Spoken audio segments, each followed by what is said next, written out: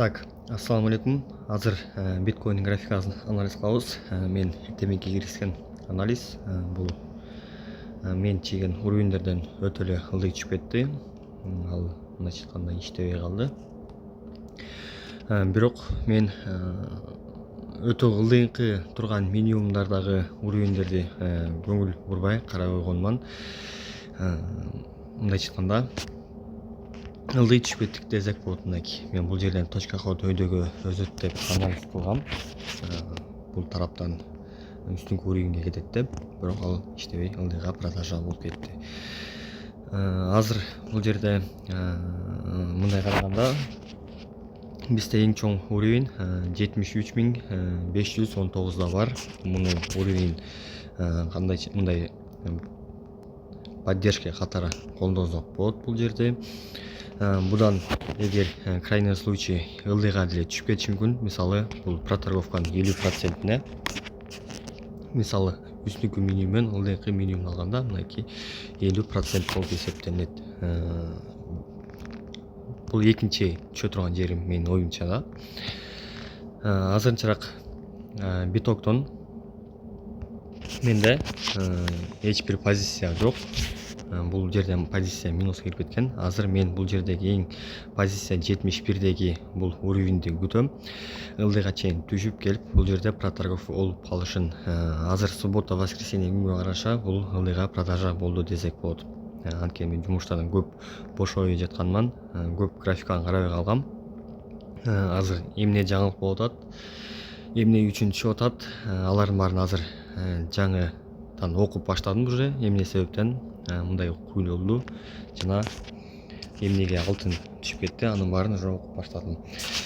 Бирок уже менин оюмча суббота күнү, воскресенье күнү бүткөндөн кийин бул өзүмдүн жеке оюм, бул жерде уровеньдин үстүндө примерно проторговка болуп калышын күтүп атам. Бул бир күндүк графикада. Андан өйдөгө кайра скок беришин. Бирок кээ бирлери ар кандай айтып атат, волна болот деп. Мисалы биринчи коррекция, андан кийин экинчи волна кайра эле ошентип эле ылдыйга түшөт деп айтып атканын болуп атат. Бул чымбы же калпан убакыт өзгөртөт.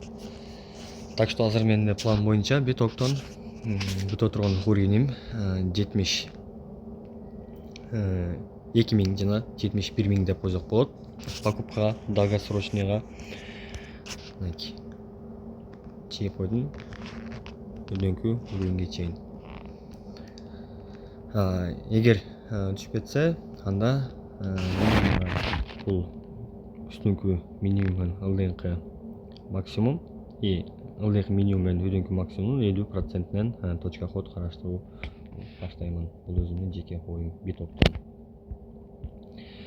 Бул түшүү убактылуу деп ойлоймун. Анткени мен оюмча бул тараптан, мисалы эски бул тараптан точка ходко лонгко киргендер бар, жана бул жерде да кирип лонг позициясын карап жаткандар бар. Алардын баарын бритва кылып өтөгө өзүү деген ойдомун. Азыркы ойдо менин азыркы оюм биток дальше өсүш керек. Примерно 140ка чейин деп ойлойм. 140-150ге чейин. Бул акыркы финиш болот деп ойлойм. Бул өзүмдүн жеке оюм. Так что азыр биток тарап турабыз. Мен точка ход кирдим, жанагы минус эле жетишет. Азыркы жерде 71239 точка ходун күтөм.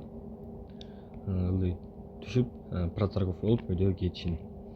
Эгер бизге деле түшкөндө өйдөгө көтөрүлсөк, бизге эң уровень сопротивление бар. Муну да тешишти кыймыл болот, анткени бул жерде проторговка болгонун көрүп турабыз. Будан ылдый түшүп, кайра өйдөгө проторговка болуп, кайра эле ылдыйга кайтышы мүмкүн. Мисалы өтө кетейин. Так, мисалы түштү, мен айткан уровеньде убактылуу проторговка болуп, кайра будан сүзүп отскок болуп ылдый кетиши мүмкүн. Менин жеке оюм ушундай. Так что күтүп карап турабыз. Азыр точка ходко деле киргенге лонгко жана продажага эч вариант жок. Менин жеке оюм муну карап точка код издеп табыш керек. Убакыт өзгөртөт. Так что күтөбүз, карап турабыз биткоиндун кыймылын. Андан кийин уровень, мен айткан уровень бул жер болуп эсептелинет.